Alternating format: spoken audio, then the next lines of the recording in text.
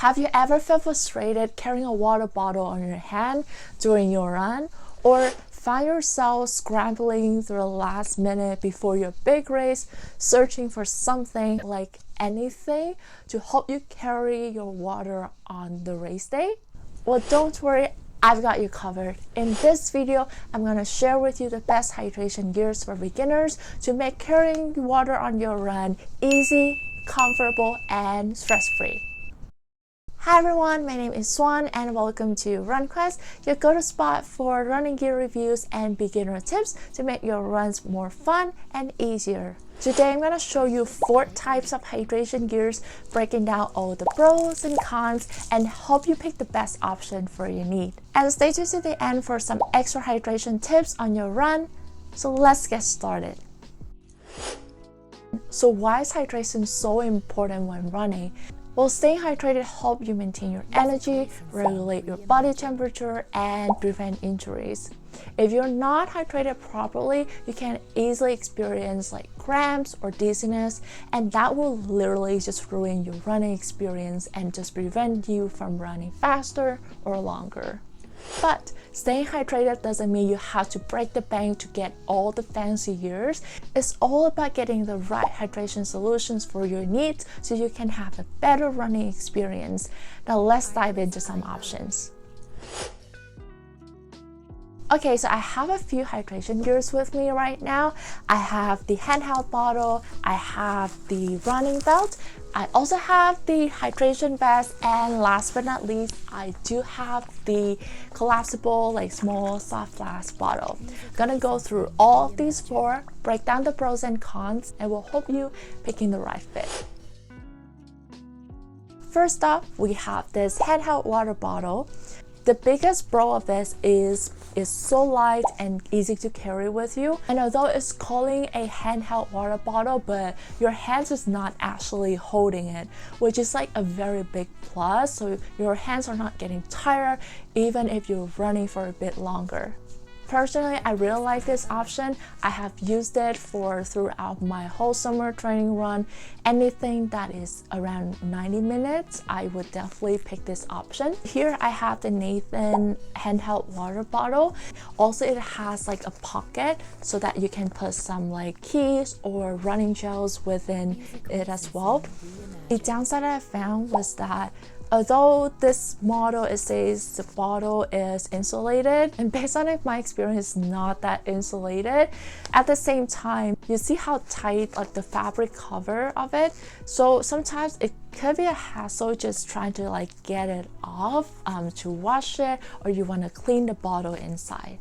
But for me, it's still a solid option because it just helped me get through the runs from short to medium distance with this one. I think the price for this is around $60 to $70, but there are definitely way cheaper options, and I'll put some suggestions in the description box. Next up, we have these hydration belts. These are very good options for medium distance runs or anything up to 2 hours. You usually wear it around your waist, and they're usually placed that you can put water bottles in, so you can easily just pull it off and take a few sips on your run. So I have 2 options here. The first option doesn't come with a water bottle, so you just put in your own into this little space dedicated for it. And the second one comes with 2 small water bottles. I believe these are 6 ounce each, so you can get up to 12 ounces of liquid in total. The main advantage of these hydration belts is that your arms can move freely on the run, and you don't have to worry about the imbalance what you have if you're just holding a water bottle on one side on your run. Also, most of the hydration belts comes with lots of pockets, so you can put your personal items in your keys, your phones, or your headphones, which is a very big plus. On the other hand, you kind of have to play around a bit to find the right fit for these belts. If it's too tight or too loose, it can ruin your running experience and maybe causing chafing as well. And for this specific hydration belt, what I found was that although there is a little loop that would help you secure the bottle, so preventing it from bouncing around on your run, it can be a bit tricky for you to like pulling the bottle out to drink and then putting back on if you're trying to run continuously. When I first started, this is actually my go-to option. The one I had was no longer here, so I just bought this new one straight off from Amazon. Just to show you guys, I believe it's like around $30 or less, so it's super affordable. I no longer use it just because I found it a little bit bulky and just didn't fit my needs anymore. But if you're first getting started, looking for something more budget friendly, and you're doing your runs less than 2 hours, then this is the right one for you. But if you're running longer distance or looking to hold more personal items, the next option will be more suitable for you. Now let's talk about hydration vests. These are perfect options if you're going for really long runs and you want to carry everything, your snacks, your phones, your keys, and it can hold way more water than some of the previous options. If you're doing trail running or ultra, this is a must-have. The only downside I can think of is the price itself. Most of the hydration vests will be a bit more on the pricier side than some of the other options that I have listed, but I know there are quite a lot of good options on Amazon as well, which is more affordable, and a lot of my running friends are using this, so I just linked down a few options below so you can take a look as well. And you also need to figure out the right fit for your vest so it's not like bouncing around when you're running. Here I have with me the Salomon Advanced Skin 12 vest. I bought it when I trained for my first ultra marathon. The thing I like about it is that it's made of good quality materials. It has so many pockets that I can put my gels, my snacks, my personal items here. It comes with 2 soft flasks like this, which is equal around a liter of liquid that you can carry around with you. Another big plus is that it's having like a strap on the vest to keep these bottles in place. And at the back, there are like bigger space to hold more stuff.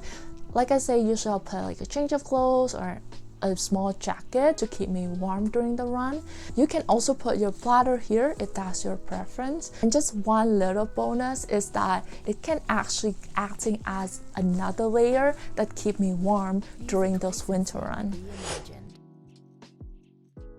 Last but not least, we have these collapsible water bottles or soft flask. They're just super compact and lightweight. You can just throw it in your bag or in your pocket as well. The only downside is that it cannot carry that much water with you. So I would recommend these for shorter runs where you just need a few sips to get your body moving. So here I have the pocket-sized collapsible bottles or soft flasks.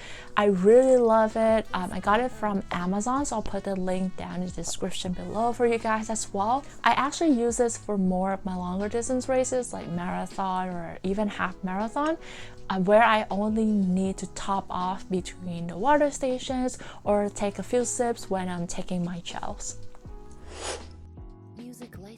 So now you've seen all the options. How can you pick the right one for you? Let's break it down. I made this decision tree that would hopefully help you select the best hydration gear for your need. Please note that this is for reference only, and as you can see, there are many factors coming into place: your running distance, how many items you want to carry, how much liquid you want to carry on your run, and whether or not you prefer hand-free on your run.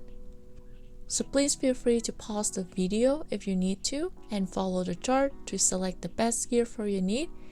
And most importantly, remember, comfort is key. And if you're still unsure, then I'll recommend start something small and more affordable, like those collapsible bottles or handheld bottles. Some local running stores or the place that you get your gears from, they have some refund policy, so make sure to check them out. I know some of the items like the running belt or those hydration vests, you can actually try them on for like a period of time and then see if the right fits before actually committing to make a purchase. Before we wrap up, I just want to share extra hydration tips so you can be ready hitting off the ground. The first one is practice drinking water for your run. I know it might look silly or awkward at the beginning where you're just carrying something on your run, and it's just not like you're going for a walk with a cup of coffee. You're on your run instead and just trying to get some water and electrolytes in. My rule of thumb is taking a few sips of water every 15 to 20 minutes on your run, but you can play around and adjust them based on your hydration need. Second tip, if you don't want to invest in these hydration gears yet, you can always plan your running route around those water fountains or do it in loops. That was actually what I've done before I had my first running belt. One thing to keep in mind is that if you're living in colder climate country, a lot of the water fountains will be closed during winter season. Here I have a map of all the water fountains in Toronto area. I'll put the link in the description as well. But if you're living in other areas, you can feel free to Google it up, and hopefully there will be something similar like this for you. And please remember that these things need a bit of trials and errors to get the right fit for you. I kind of mentioned this in my running shoe selections video as well. But it will take a while for you to pick the right hydration gears that you feel comfortable and confident in your run. Have you ever tried any hydration gears that I have mentioned in this video? If yes, please feel free to share your thoughts in the comment section. I would love to hear from you.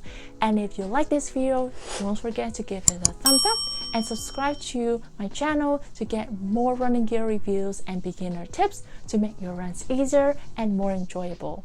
Next week, I'll test some popular and also the not so popular running gels. It'd be really fun, so stay tuned for that. And that's it for today. Thank you for watching, and I'll see you in the next video.